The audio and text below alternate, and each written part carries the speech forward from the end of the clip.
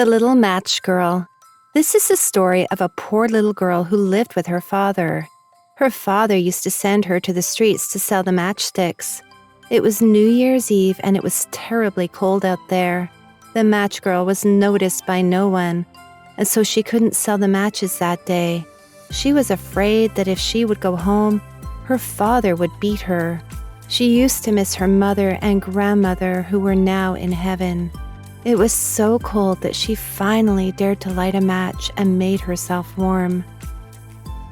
Soon, the match turned into a fireplace and she made herself warm. But it didn't last for long.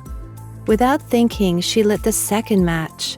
This time, the wall turned into a veil and she could see a dining room with lots of delicious foods. But in a couple of seconds, it vanished.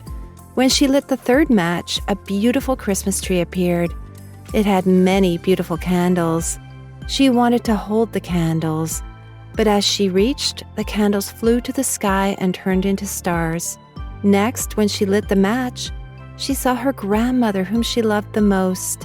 One by one, she struck the whole bundle of matches as she didn't want her grandmother to go away.